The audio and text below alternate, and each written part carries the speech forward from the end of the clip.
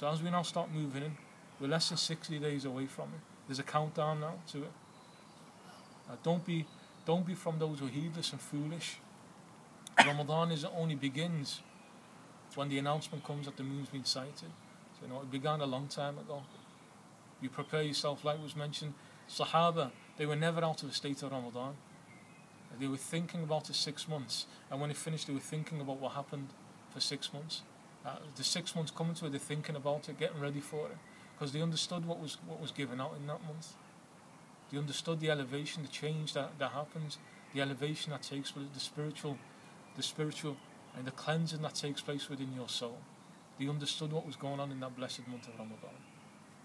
And then 6 months later, they're thinking about what just happened in that month. Rajab, we moved into the month of Rajab. We moved into the blessed month of Rajab. And it's a special month. It's a special month. It's a sacred month. It's an inviolable month. When in Jahiliyyah, before Islam and at the beginning of Islam, they were banned and they were not allowed to fight in those months. And they respected the sanctity of the months of Dhul Qa'dah, Dhul Hijjah, Muharram and Rajab. And we come into this month.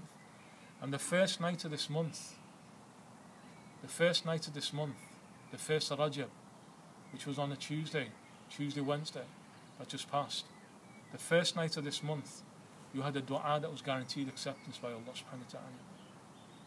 So rather than sending out text saying that whoever sends out the first message about it is forgiven all their sins, send out a text saying that whoever makes dua in this night will be guaranteed acceptance by Allah, because that's confirmed from the Messenger, except unlike all the other stuff that goes on.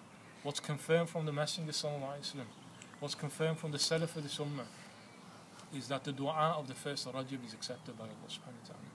What's confirmed from the Messenger sallallahu alaihi wasallam, on the first night of Rajab he would make a dua, Allah bless us in Rajab and Sha'ban and allow us to live until Ramadan.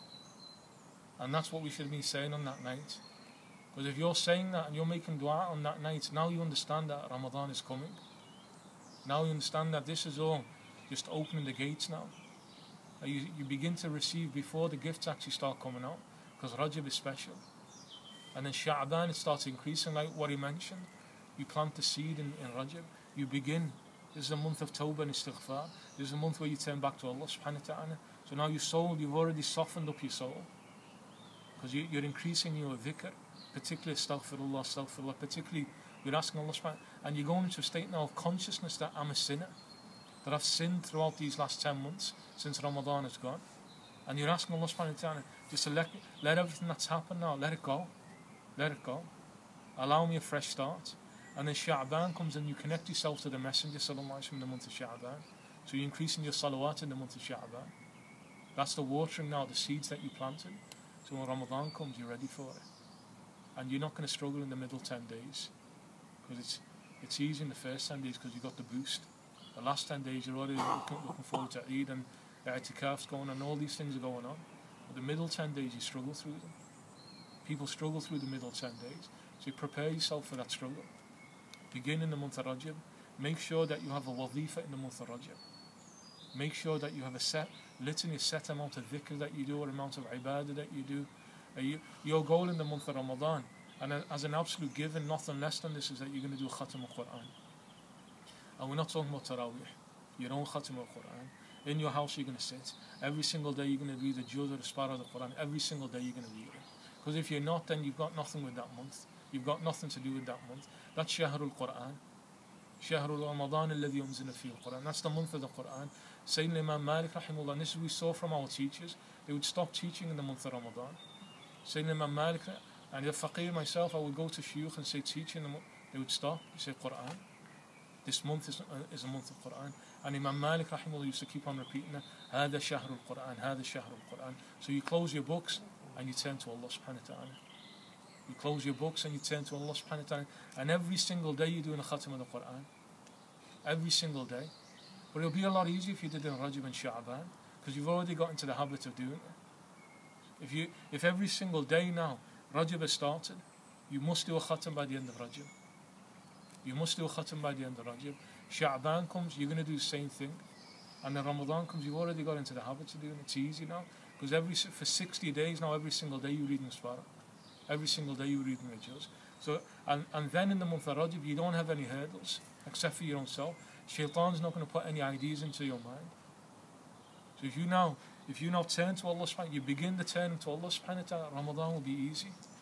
And the real purpose of Ramadan, you will taste it. You won't just taste food. You'll taste the spiritual food, the spiritual gifts that are being given out by Allah subhanahu, that people are completely oblivious to. People have no idea what's being given out. So begin in this blessed month of Rajab. Turn to Allah subhanahu, do your istighfar, do your raka'at. The other key thing in the month of Ramadan, because now you need to start thinking about what you're doing in the month of Ramadan. Now is the time to plan and put it into practice in the month of Rajab and Sha'ban. You must do tahajjud in the month of Ramadan. You must do tahajjud in the month of Ramadan. Taraweeh is for the awam. Taraweeh, the Prophet said for is a sunnah of 20 rak'at taraweeh, so we can listen to the Quran. You want to get close to Allah subhanahu wa ta'ala, so that's just for the average people. That's just for people, because every single Muslim goes to Taraweeh. Even people who don't fast, even people who don't pray the Fard prayers, they're there for Taraweeh, because Taraweeh is more Fard than the other prayers. In the minds of people, Taraweeh is more important than the other Fard prayers. So you'll have people there who say the Prophet ﷺ increased in the month of Ramadan. So the hadith that's commonly misunderstood, that the Prophet ﷺ prayed 8 rak'ah in Ramadan and out of Ramadan, and people misunderstand that to be about Taraweeh. So that was his ﷺ was doing tahajjud. He never stopped doing tahajjud. He added on to it by doing Taraweeh. So he would do his 8 rak'ah. So he prays tahajjud, and then in the depths of the night he would praise 8 rak'ah tahajjud. So every single night now, in the month of Rajab, even if it is just wake up 10 minutes before, pray 2 rak'ah tahajjud. Get into the habit so that for 60 days you've done it. 2 rak'ahs. Don't place in front of yourself impossible tasks that you can't do.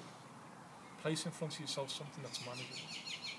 So that when Ramadan comes, and one Imam al-Haddad rahimahullah mentions that one of the biggest traps that Shaitan puts in the place of the abid, of the worshipper, who he realizes is going to worship, he starts putting his head to do as vast as possible.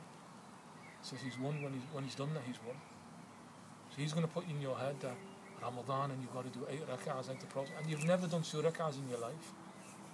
You've never done 2 rak'ahs in your life, and you're suddenly talking about 8, 10, 100. You're going to talk about Imam al-Junayd, 300 rak'ahs nafil every single day. Sayyidina Uthman, 1,000 rak'ahs every single day. So you're going to start going crazy because you've never done it in your life. What's manageable? Just do 2 rak'ahs. You're going to belittle those, and you're going to think that's nothing. Say 2 rak'ahs before Fajr. That's what will get you Jannah. That's what will get you Jannah.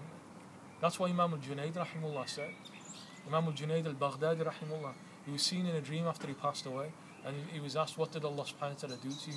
He said, he entered me into paradise without any account. He said, was it because of all your spirituality?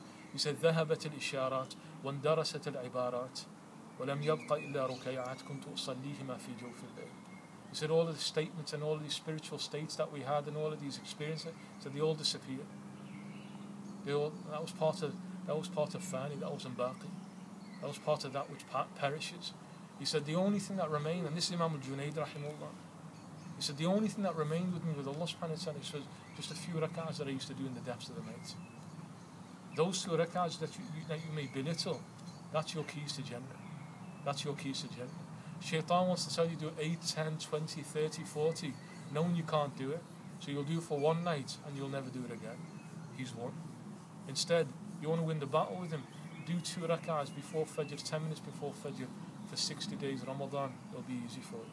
And then you can increase in the month of Ramadan. So start planning for the month. Start planning for the month of Ramadan. Don't plan for your food. Don't plan for your food. Plan for your spiritual food. And have mercy on your women folk. Have mercy on your women. Because it's a shahr of ibadah for you as well as them. It's a month of worship for you as well as them. You should be doing Khatm al-Quran and your wife should be doing Khatm al-Quran. And you're responsible for her to do that. It's your responsibility in front of Allah subhanahu that she does that. So have mercy upon her by allowing her to draw near to Allah subhanahu with you. Well,